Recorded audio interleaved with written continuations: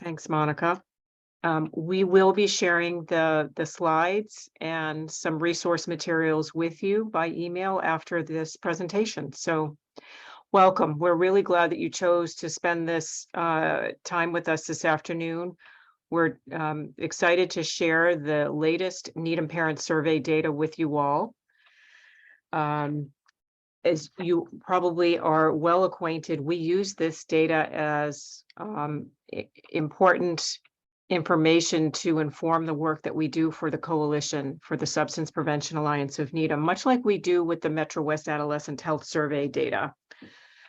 And we are grateful to our presenter today, Scott Formica, because he is the person responsible for not only developing the parent survey, but administering it with us and analyzing the data. So just by right of introduction, Scott Formica, PhD, is a senior research scientist with social science research and evaluation in the Boston area. He provides evaluation support to Massachusetts communities, including implementation of school-based and community-based surveys. He has worked with us in the Needham Public Health Department for the last 10 years, developing surveys like this one and others. He is also the evaluator to our STOP Act grant that we were awarded for the substance use prevention team back in 2021. That's a federal grant from SAMHSA that focuses on underage drinking. So we are humbled and thrilled to have Scott with us to present the data. We will also have some time after his presentation to share some resources with you, as well as find out what questions you might have regarding the data and other resources and supports for parents in the community. So wonderful. I think with that, I will turn it over to Scott. Great. Thank you, Karen, for the wonderful introduction. Let me share the screen here. All right. Well, I think this is the first given the presentation virtual. I know in all the past ones, I had the honor of being able to do it at the SPAN meeting itself. So this is a new one for me. So good afternoon, everyone. Thank you for making the time again. The topic for today is the 2022 Needham Parent Caregiver Survey. For those of you who are not familiar with it, this is a survey that's conducted roughly every 2 years. And the intent is to really kind of assess attitudes in the community among parents and caregivers, their beliefs, behaviors, all related to youth health and wellness. So that's going to be the topic that we're going to cover today. I want to give you a little bit of background on the survey.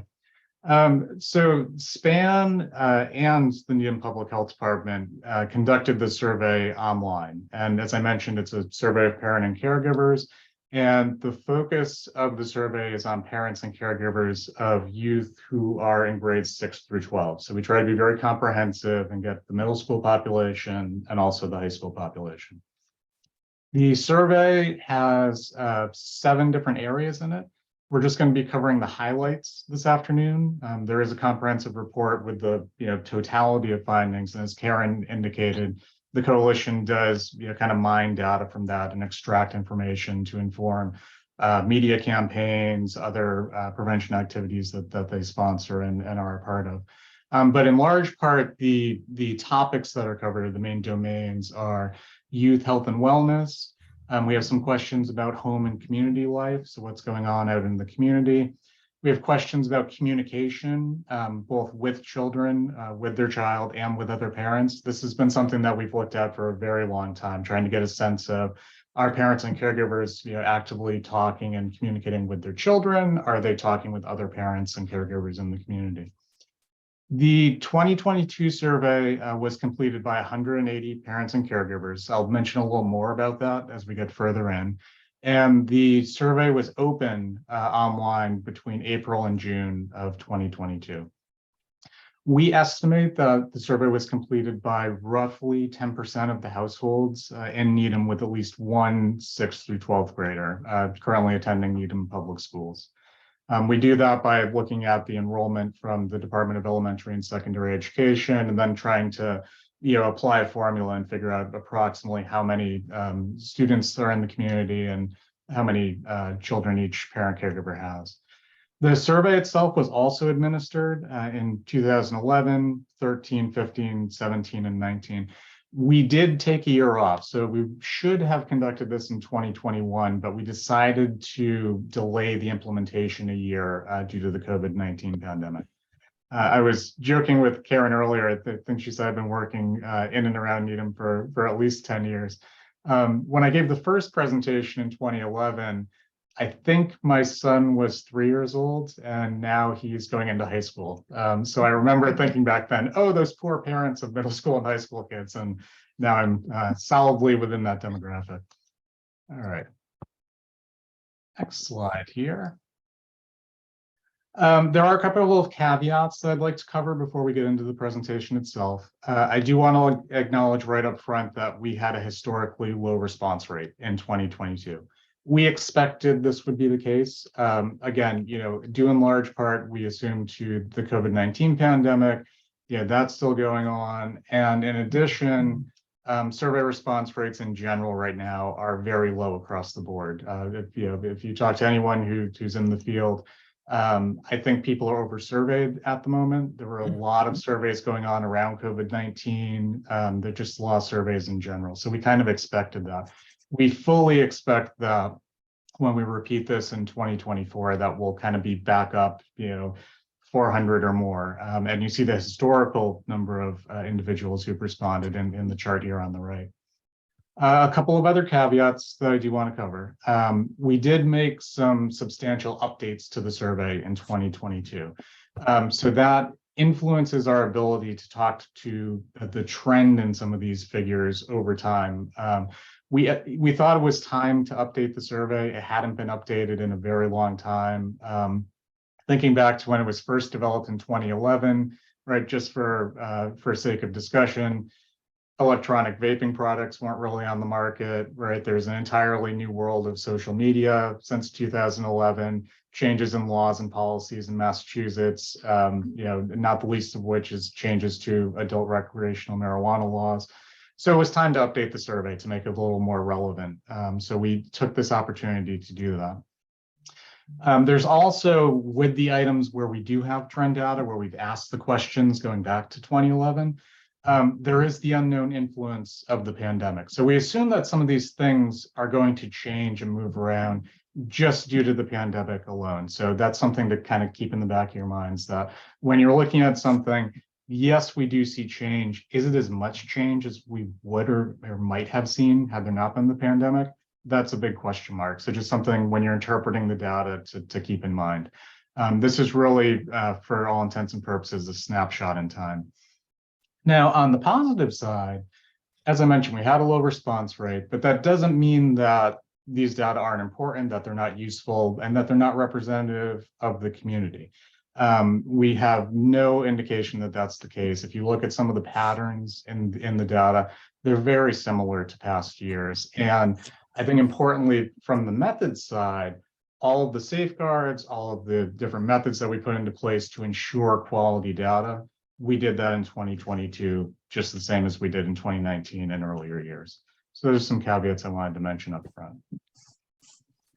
I'm going to start and present a little information on health and wellness. And the way I like to refer to this section is what keeps parents and caregivers up worrying at night. And we asked about a number of different categories. So we asked about community culture, technology, emotional and mental health. We asked about academics, trying to get a broad sense of all the different things that might influence youth health and wellness to get the parent and caregiver's perspective on those different areas. When we put this all together, we asked parents and caregivers to rate the extent to which they feel each of these different areas is an issue affecting the health of youth and the health and wellness of youth in the community. So they rated each of these items from a scale ranging from 1, not really an issue, not an issue at all the way up to 5, a severe issue. What you're seeing here presented on the screen are the relative mean scores. The way to interpret this, if we look at the top one, for example, we asked about opportunities for youth to participate in activities, things going on in the community. In large part, parents and caregivers said that's not really an issue. That's not a concern of mine, right? The rating was the average was a 2.06 on that 5-point scale. Same with physical safety, not hearing a lot that this is a big concern, not hearing that community culture is a big concern. Where we start to get into some of the areas that are at least of moderate concern to parents and caregivers. Physical health, that came out around the middle of the scale. Academics came up. And I'm going to point out that you'll see a couple of little HS and F and other indicators at the end of some of them. What that is showing is that there's a difference between the middle school population parents and the high school population parents, or in the case of F or M, there's a difference in whether the respondent's child identifies as male or female. So what we're seeing here is when we're talking about academics, parents and caregivers of high school youth think this is more of an issue. They're more worried about this than the parents of middle school students. So I wanted to point that out. A couple of other areas that rose to the top, so to speak. Youth social culture was a concern among a larger proportion of the respondents to the survey. Then we get into the areas where parents and caregivers did in large part say it was a severe issue, but these are the issues that they're really concerned about. Emotional and mental health being the first one, particularly among parents and caregivers who have children who identify as female. And the one that came out on top is technology. And when we talk about technology, we're talking about screen time, the amount of time that people are on social media, digital devices, all of that. When we look at the whole picture, again, emotional and mental health came out on top, as did technology. So these are the issues that parents and caregivers are more concerned about, relatively speaking, affecting the youth and health and wellness of youth. Okay, next slide. Now I want to shift a little bit and look at home and community protective factors. When we talk about protective factors, this is the opposite side of the coin of risk factors, right? So we're talking about factors that are generally associated with minimizing the occurrence and severity of undesired behavioral health issues and challenges. So these are positive things that are influencing the lives of youth, having a protective effect on them. We asked about this in two areas, as I mentioned. The first is on the community side, and the second is on the home side. On the left-hand side of the slide, you'll see some community protective factors. And the percentages that are displayed here are the proportion of respondents to the survey who either agreed or strongly agreed with each of these statements. So what we see up front is that 73%, almost 3/4 of respondents to the survey, felt that there were trusted adults in the community, particularly if their child identifies as female. And what we mean here are people outside of the family and the school setting that they feel that their child can talk to about things that are important to them. So just someone out in the community, it may be a coach, it may be, a pastor, maybe, any number of those different roles outside of the family and school that parents feel their children can communicate with and talk to. 70% of the respondents indicated that there was a trusted adult, in their opinion, at the school that their child could confide in about things that are important to them or just communicate with more generally. 63% of respondents felt that Needham residents respect the values and beliefs of people of different races and cultures. So this is kind of this idea of having a tolerant community. It's not just 63%. Those are just the percentage who indicated that they agree or strongly agree with that. And then kind of rounding out the community protective factors, a little over half of the survey respondents felt that youth are heard. So this is an area, and we like to refer to these as opportunity targets, right? So when I'm talking to Karen, when Karen's talking to her team and thinking about, what are some areas that we might be able to do something, maybe intervene. This is one that kind of stands out a little bit, being a little bit lower. Just this sense that adults in Needham listen to what youth have to say, that youth are heard, that youth are seen, right? So that might be an opportunity target. On the other side, on the right-hand side, we have some more of the home-based protective factors. And these in large part were very high. So I think this is something to celebrate within the community. Almost all of the respondents indicated that they talked to their child about school, right? So I talked to my child about what they're doing in school, what's going on. 87% indicated that they, very frequently, often or very often, engage their child in discussions about homework. Hey, how's your homework going? What assignments are you working on? 79% indicated that they commonly, often, or very often eat dinner together as a family. And 64% indicated that they spend time together as a family, doing things like talking, exercising, watching TV, playing games. This was more common. So the parents or caregivers of middle school youth were more likely to say that they spend time together as a family often or very often in comparison to high school, right? And I think this makes sense. We know as you get the youth get into high school, they have more things going on, sports, activities, they're out of the house, they have friends, they can drive. So that does make sense, but that's also something to highlight and point to. The next area that we're going to cover broadly is communication. And we have a bunch of questions, as I indicated earlier, about this. First off, we ask about perceived effectiveness of parent-child communication. And we asked two questions of survey respondents. First, we wanted to get a sense of parent self-efficacy. So the parent or caregiver's belief in their ability to influence whether their child chooses to use alcohol or other drugs, right? Again, this is very focused and targeted, largely because it's coming out of SPAM and the health department. So we wanted to get a sense of, do parents and caregivers think that they have any influence at all on whether their child engages in substance use? What you're seeing is the trend going back to 2015. Not much difference in 2022. This hovers somewhere between 88 and 92% historically over time. So not a lot of movement. And I think very encouragingly, parents and caregivers do believe that they matter, that they have an influence, that their child listens to them, right, about these things. Then we asked, okay, so you believe you can have an influence. Do you have the knowledge and tools that you need to have effective discussions with your child about these issues? And what you're seeing here is just 2022, and it's the distribution along an agreement scale. So if we look at the top two categories, 81% of parents and caregivers said, yes, I feel that I have the knowledge, I have the tools to have an effective discussion with my child, use. However, again, as an opportunity target, you'll see that whereas 56% agree with this statement, only 25%, only a quarter, 1 in 4 parents and caregivers strongly agree with that. So, yes, I absolutely have the tools and the knowledge that I need. So again, this is an area that from a prevention perspective is an opportunity target, right? To increase parents' sense that they are equipped with what they need to have effective discussions.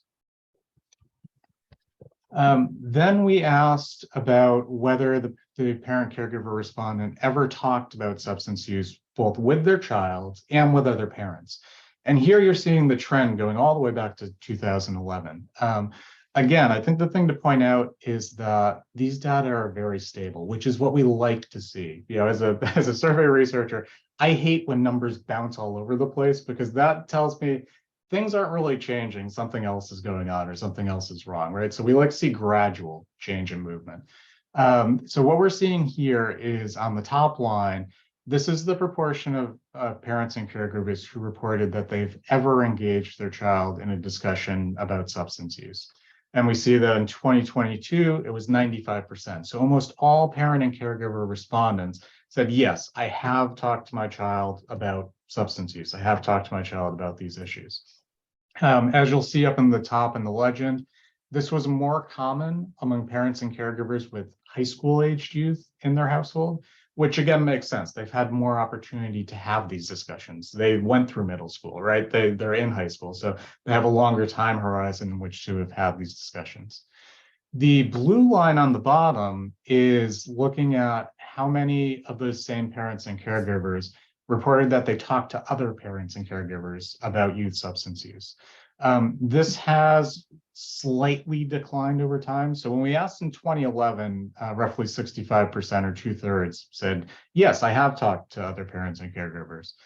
This was down to 53% in 2022. So a little over half have had these discussions. Still, a very respectful proportion. But again, from an opportunity target perspective, this is this trend is something that we'd like to see going in the other direction, encouraging the norm that it's okay to and you should have potentially maybe uncomfortable discussions with other parents and caregivers about these issues.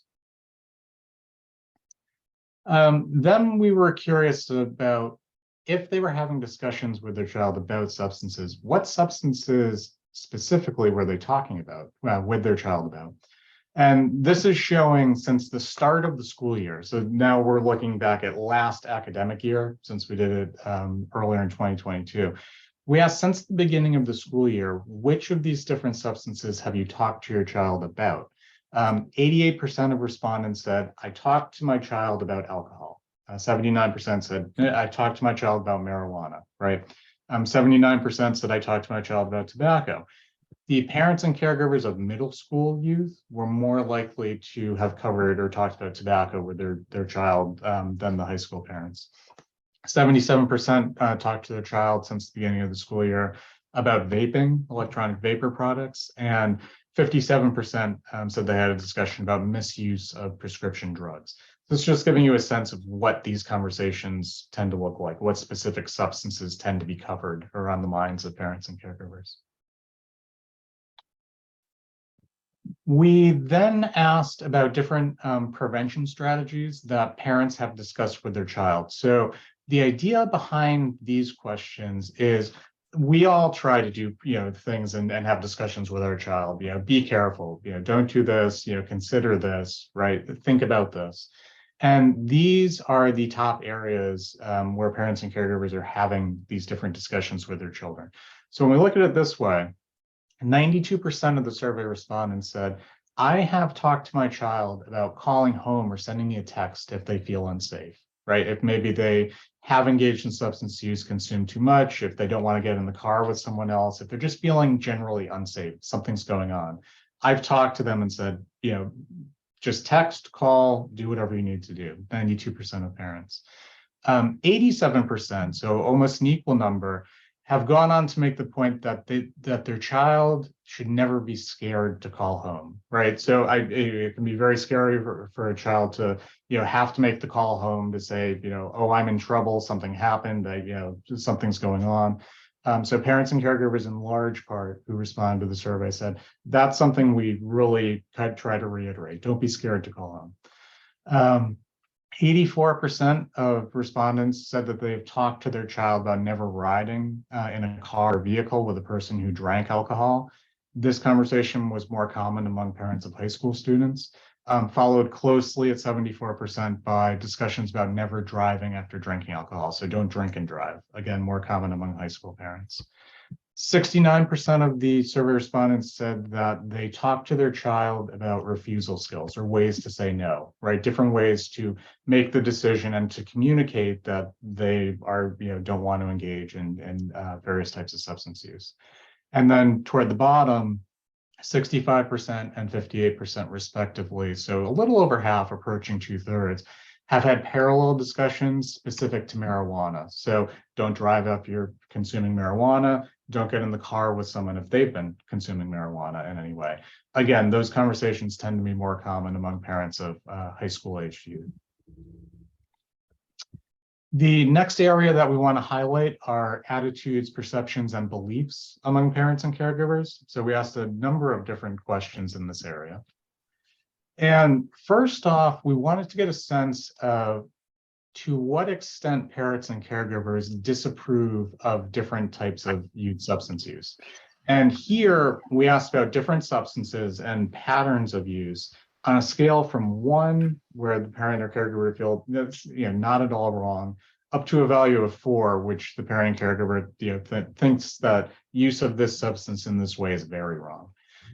So almost all parents, 3.98 out of 4.0 on the average, indicated that they strongly disapproved, or they thought it was very wrong for children in their child's age group to misuse prescription drugs, followed very identically by hard drugs, cocaine, heroin, ecstasy. So almost all parents who responded said neither of these is okay under any circumstances. Similarly, 3.94 is the average for daily alcohol consumption. So the question asks about having 1 or 2 drinks nearly every day.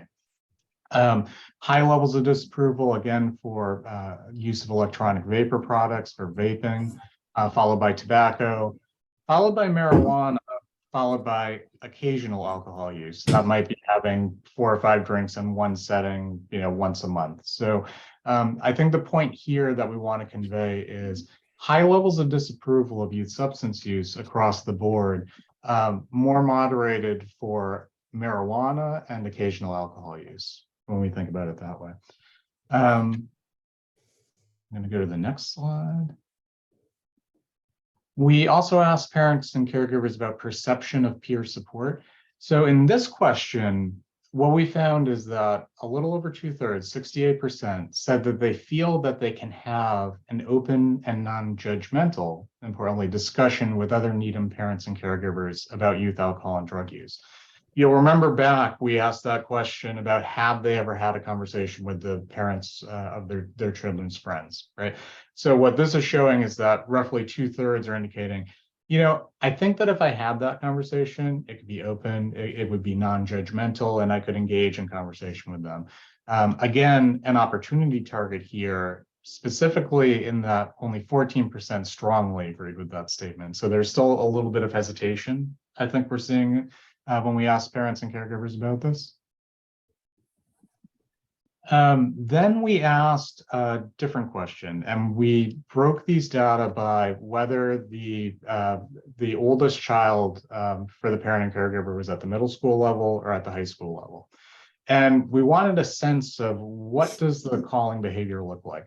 So at the middle school level, what we saw is that 67% of the parents who responded to the survey indicated that they would like other parents to call them if another child is coming to their house, right? So they want to receive a phone call if other parents think that their child is going to their house.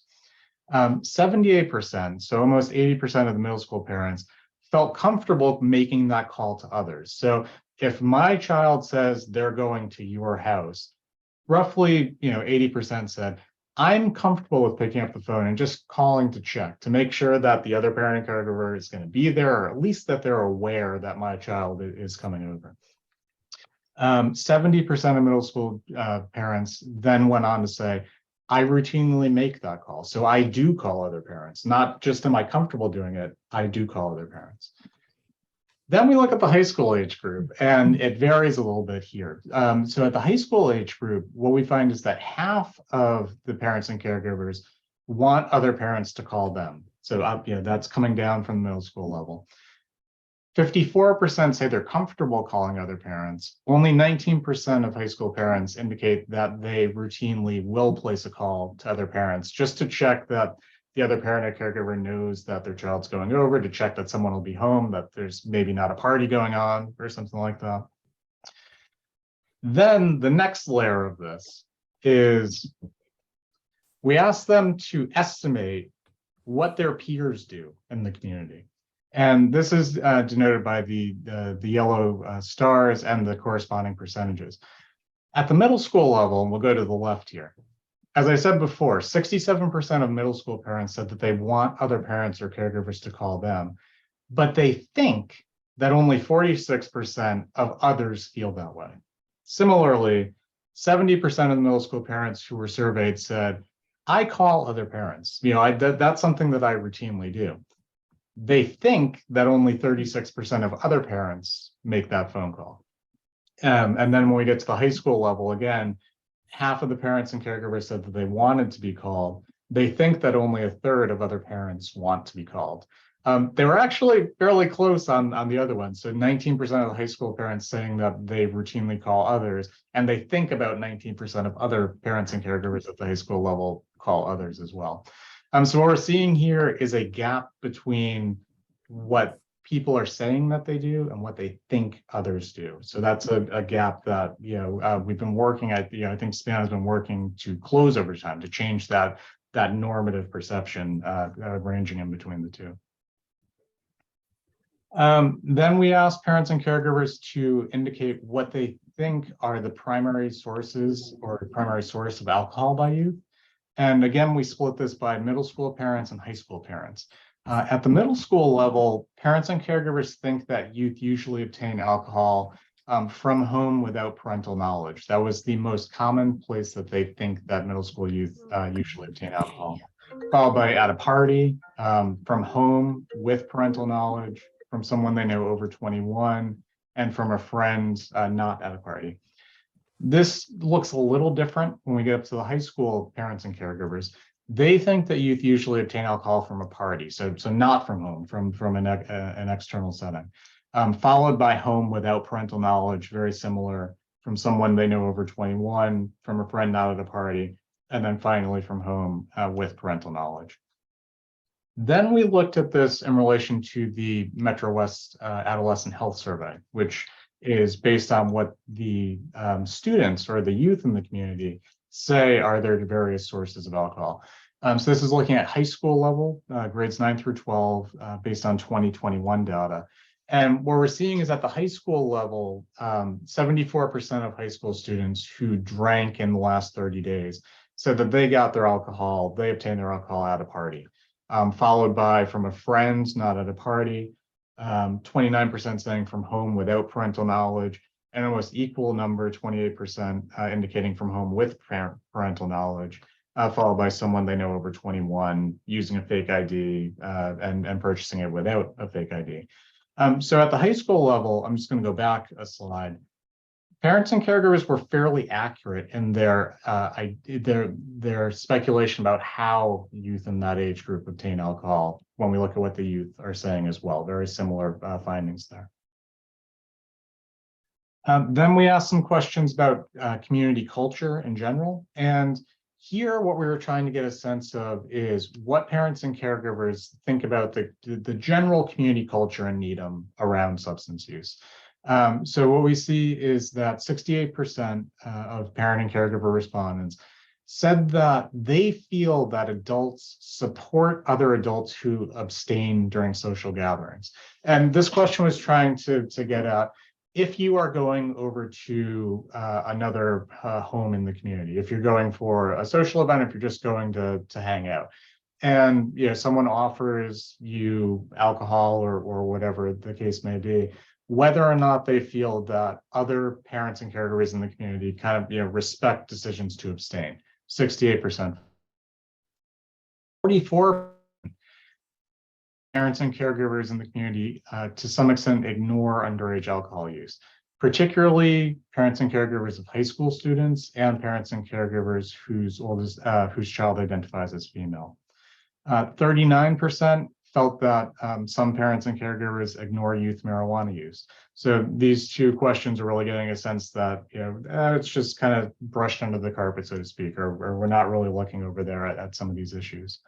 34% felt that some parents and caregivers may set a bad example by their own excessive use of alcohol or other substances. Particularly, this was a perception among parents and caregivers whose child identifies as female. 15% felt that parents feel pressure to drink alcohol at social events in Needham. And then 12% felt that adult alcohol use is an issue at school events. So this would be tailgating or other instances of use at school events and sporting events. So in large part, when we're looking at community culture, I think that this is a positive story when we're looking at this, in that most parents or caregivers feel that these things are either not occurring, or that in the case of the being respectful of parents and caregivers who choose to abstain, you are seeing these behaviors. So again, always opportunity targets, but I think that this tells a positive story about perceptions of community culture. Then the last main area that we looked at was prevention and support. And here we asked a number of questions. I chose to highlight just a few. But we wanted to look at whether or not parents and caregivers feel that they're aware of available resources and areas in which parents and caregivers feel that they might need more education, or that parents and caregivers in the community at large might need more education. On the left, what you'll see is we have a set of parallel questions that asked whether the parent and caregiver is aware of school-based supports and community-based supports that are available to parents, caregivers, and students if they need help with a substance use issue.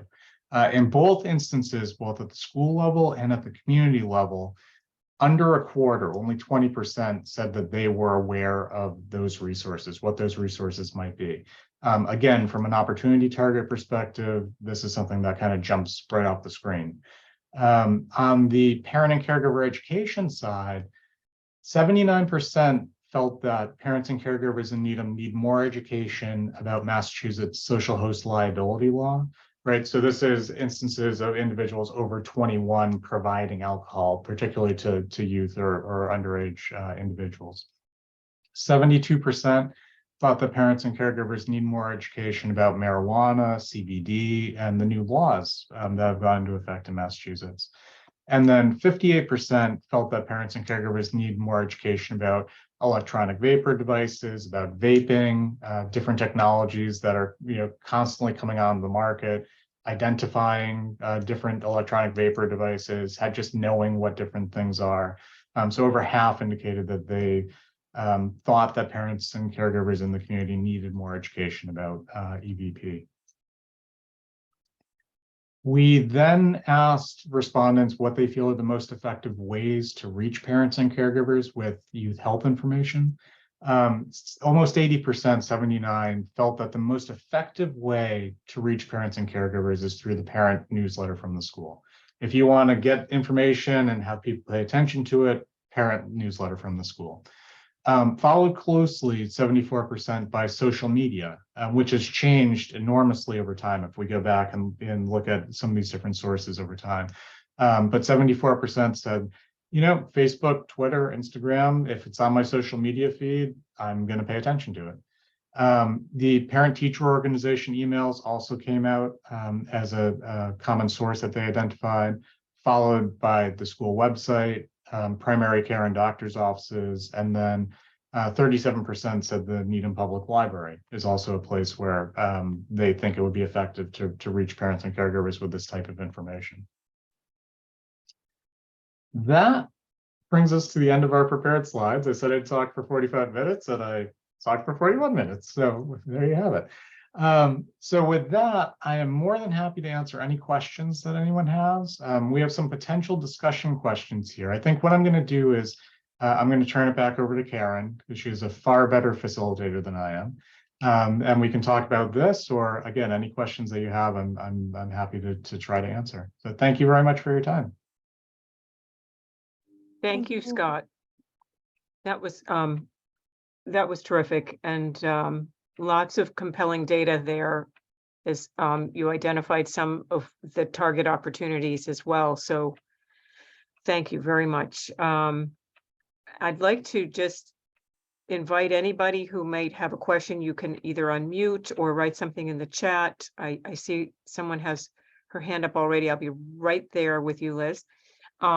We've put a few questions up here, but it's by no means limited to these. These are just some ideas that we wanted to share with you in case you found them helpful. And we would, of course, like to know some of the answers around the supports that you're already accessing and what you might need. But without that, let me go right over to Liz Lee, if you'd like to unmute Liz and ask your question. Yeah, thank you so much for the presentation. It's fascinating. I just have two clarification questions as you went through your presentation. The first is that when parents were listing a rating. Oh, you're muted. Oh. Was I muted the whole time? No, you said when parents are rating. Academic was one of the stressors or one of the concerns. And what I guess first question is, I was wondering how the that question was phrased because I don't know if the concern is either that there aren't enough academics, or that, the academics aren't a good fit for the student, or if they wish that, or if there's too much academic. So that was question number one, when parents are being asked about how academics are concerned and they're responding, what does that mean? And then the second one was about the community perception about alcohol use. And the numbers were pretty low. I mean, we're overall low. You were saying it was a positive thing, but I guess I was wondering to what extent the perceptions actually match the reality on the ground. And maybe we don't know that, but I hope this is going to make sense. But the question is essentially, if there's a lot of underage drinking, say at parties, and the parents are generally not worried about it, then that's actually a problem. But if there is very little, or, a small amount, relatively small amount, then it would make sense for parents not to be worried. So I'm wondering how parent perceptions match with what is actually happening among high school students, because that was high school students. Okay, that's it. Thank you so much. Yeah, I can start, and then Karen, if you have any thoughts to add in, I certainly welcome them. Thank you for both questions, Liz. So in response to the first question about academics, the question itself was, as I mentioned before, how much of an issue do you feel each of the following factors is affecting health and wellness of Needham youth in your oldest child's age group? And for academics, the clarifier there was grades, homework, tests, academic pressure. So my sense is that when we were asking that, the frame that they had in mind was too much academics, that there's too much pressure based on grades, based on course load, homework, just general academic pressure. So it was that side that it was tapping into, that parents were reflecting on, too much stress based on academics, if you will. So that is my sense of the direction of the academics question. With regard to your second question about the difference between perception and reality, I heard two things. I'm not sure which one you were specifically mentioned, but I heard both adult use and then I also heard youth use. And I think the answer to that is there are data to some extent on youth levels of use or these different behaviors, and that comes from the Metro West Adolescent Health Survey. There's not always an exact correspondence between this survey and that survey. But when we're just broadly thinking about how many youth are drinking alcohol at any given point in time in the last 30 days, or engaged in different behaviors using marijuana, we can get those estimates from the Metro West survey. Karen is very familiar with all that data. At the adult level, those data are more difficult to come by, particularly at the municipal level. Massachusetts has an adult survey called the behavioral BRFSS, the Behavioral Risk Factor Surveillance System, and they drive state level estimates of how many adults are engaged in alcohol use, how many adults are engaged in different behaviors. That cannot be disaggregated all the way down to the Needham level. So adult use data are much more difficult to come by. We tend to try to capture some of that in Needham through the use of parent and caregiver focus groups. I know that one of my colleagues did some focus groups in Needham during the pandemic. And that's, I think, more of the place where that type of information comes out about, just concerns about the overall level of alcohol use in the community. If that happens to be the concern, which I don't think it was. But anyway, I'm gonna see if Karen wants to add anything to any of those responses, and happy to clarify if I didn't answer your question. Thank you, Scott. So Liz, I too just want to make sure that I understood your question. If you were trying to connect what youth report as their use of alcohol compared to what their parents think is happening. That's Okay. correct. I'm not so interested in the parents' patterns around substance abuse. I'm interested in the extent to which parents are or are not aware of what is actually happening on the ground for students. Yes, and actually, Scott, I think, if I remember correctly, we do collect from the parents what percentage they think high school and middle school students are drinking or using other substances. And, oh, were you going to say something? No, we do. I was just agreeing with you. Okay. And if I recall, let me just see if I can grab that really fast, Liz. I believe the high school parents are not that far off. The middle school students are, there's more of a gap.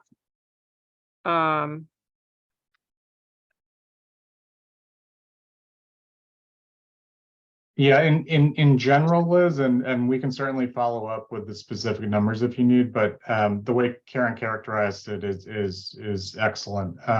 At the middle school level, more middle school parents, I believe, think that their children engage in these behaviors than what the youth are saying that they do.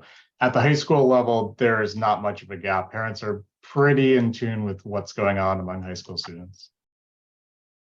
And I can pull out that specific reference, Liz, and share that with you all. I just don't have the exact number right in front of me, but we have that. Okay, not necessary, Karen. I just was trying to get a sense of how the numbers lined up. That's all. Right. Thank you. Thanks, Liz. What other questions do any of you have? Anything that stands out or surprises you from the parent data today?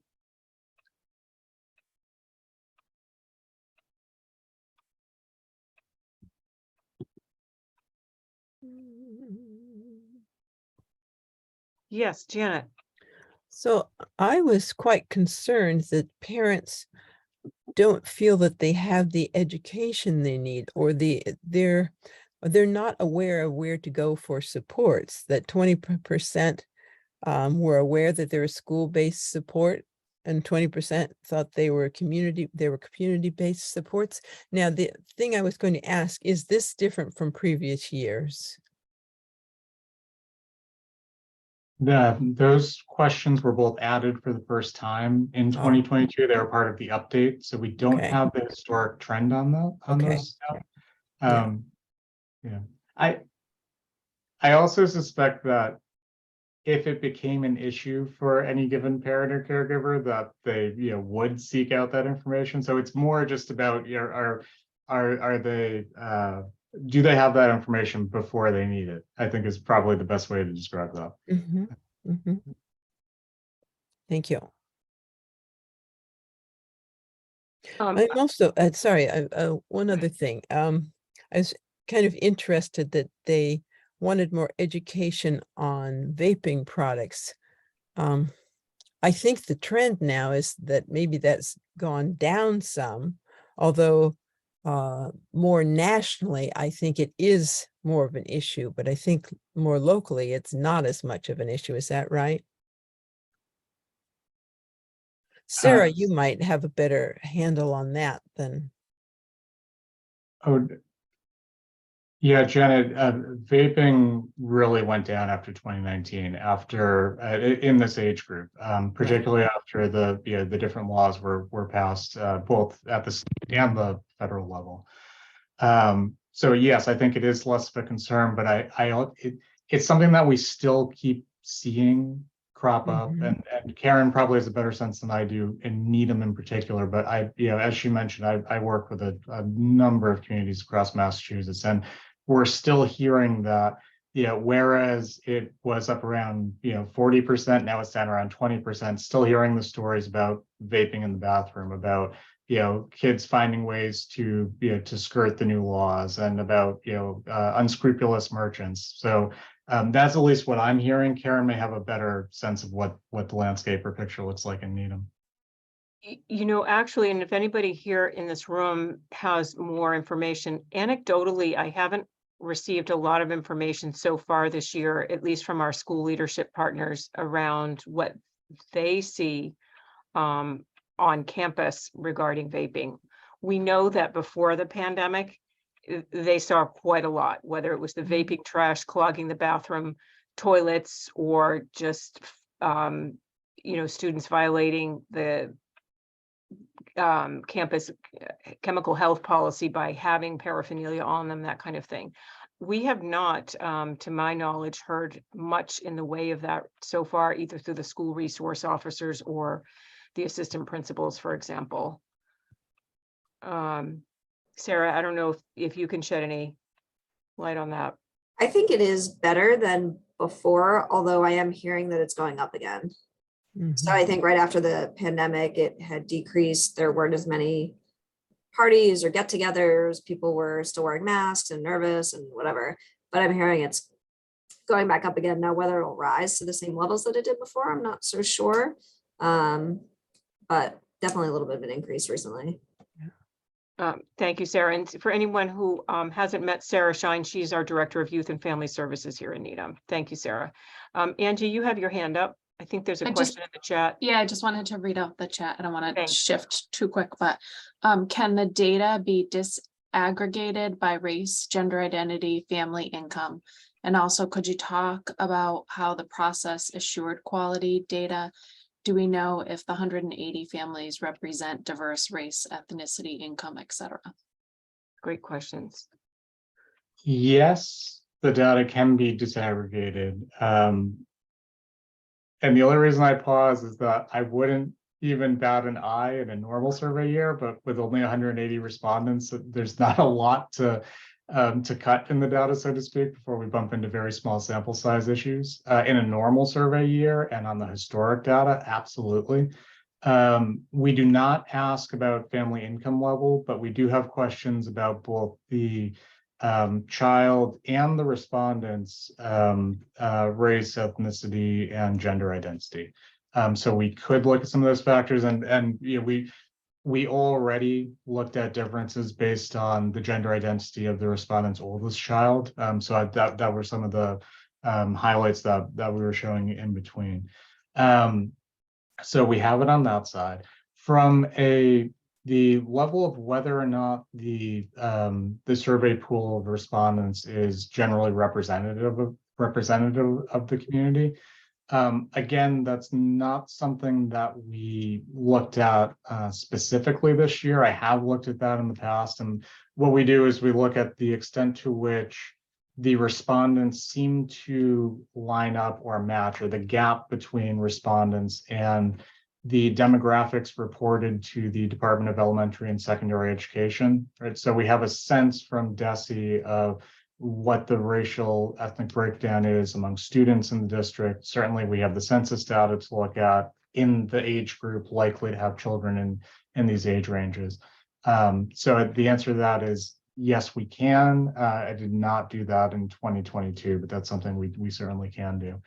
From a general data quality perspective, that also is in the method section of the full report, but we screen through all of the data, and we're looking for evidence of frivolity, which we tend not to see at the parent caregiver level. You might see it at the youth level in some of the youth-based surveys. We do data screening, we do logic checks, we conduct statistical tests for inconsistencies. We program in logic so that there can't, in many cases, be inconsistencies. So and I don't know if this is your question or not, but we take the data quality issue very seriously and take 6 or 7 steps to ensure that we have a quality data set.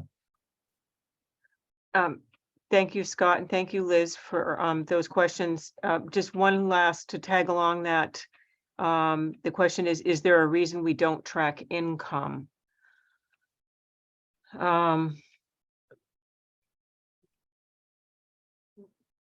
Not really. We try to keep it as brief as possible. So we do have a wide complement of demographic items. That just happens to be one that we're not tracking. But again, and this was the question, bullet number 3. We would love to hear feedback on things that aren't in the survey. So this is certainly something we'll make note of and consider including in the next iteration of the survey. Thank you, Scott. I have one Um, other question. How important do you think it might be to ascertain the educational attainment of the parents? Would that help us in any way? Because very often in studies, they do that. In a lot of medical studies, they do that. They break it down because we certainly see different trends in terms of risk factors that are often educationally based. I would put that and to some extent family income into the same bucket, Right. not because they're correlated with one another, but No, you're absolutely right. They are. the reason that I say that is I think the difference here, and one that we try to remind ourselves of when we're designing the survey, is that we're not doing this with research intent in mind. This is more of a needs assessment. So, and in particular, it's more of a needs assessment geared toward identifying universal prevention activities and strategies and outputs. So it would be really interesting to know if there are differences based on things such as family income or based on things such as parent education level. But unless the coalition, unless SPAN plans to have targeted activities or outreach that are segmented or differentiated by the target audience, then it almost doesn't matter because your message is going to be the same for everyone. So like those are just like some of the, and I'm not saying that we wouldn't add those in, but that's a consideration. Like it's kind of that interesting to know, but is it going to help in practice? So that's kind of the lens I think that we've tried to adopt a little bit. So that's just the thought. But it on that. also may be that your sample is skewed to people who perhaps have higher education, or I don't know if that's true, but I would suspect that it could be. Yeah, I think, and I usually say this every time I do this presentation, if there's any bias here, it probably is in that direction. So if anything, you're probably seeing a rose-colored lens view of the community. As just in that, in general, parents or caregivers who tend to be more engaged are those who are going to respond to a survey like this. So that if there is bias, it is in that direction, almost assuredly. Yes. Thank you both. Monica, you have a question, and I know we're just about on the top of the hour here. Well, we're at 4:01, so we'll just take one more quick question, Monica. Oh, it's just more of a perspective as a parent of an 8th grader and a 12th grader. And so of course I'm reading this and thinking, okay, what am I doing? And so with the regard to contacting another parent or wanting to be heard, called from another parent if there's a get together. This might be a nuance, but I wondered if the survey might want to ask, instead of getting a call or making a call, is like texting, because of all the communications, it's funny, 5 years ago, I probably was calling, but I don't even speak to these parents. It's group like texts, and it's never conversation. So it's just a consideration. I do not know how literal people are when they answer these. And if it is that they don't make a call, is it because they're texting? I don't mean to be a pain, but it's a consideration when I'm thinking as a parent. Sure. Yeah. And Monica, Yeah. interestingly enough, Karen and I did talk about that when we were deciding the questions, and we erred on the side of not wanting to change the question to preserve the trend data. But I think that we both realized after the fact that maybe if we don't change the question, we should have a parallel question in the future asking about texting. So that's a great idea and one that we have been thinking about. Definitely. Thank you. Well, thank you, everybody. I want to respect your time. We had advertised this as an hour presentation, so I know people have other places to jump off to. If anybody would like to stay on and has more questions that you'd like to present to Scott or to me or any of us, we welcome that. But this will pretty much conclude our presentation. Angie has put a link to our survey event. If you wouldn't mind opening that, even if you have it on your desktop after you leave the meeting, we would greatly appreciate it. Just 4 or 5 quick questions. We would value your feedback. Anybody else want to contribute anything? Well, Scott, thank you very much. I do appreciate all the effort and expertise you put into this survey and on behalf of the community. We will keep this data, of course. We use it scrupulously in our work for what the coalition endeavors to do around parenting and prevention and empowering parents. We like to, it's as you outlined, Scott, in many cases, using the positive story behind what is happening in the culture and the community. So thank you for that. All right. Thank you there. Okay. Thank you, everybody. And this is being recorded, so we're happy to send out the link as well as the slide deck to you all.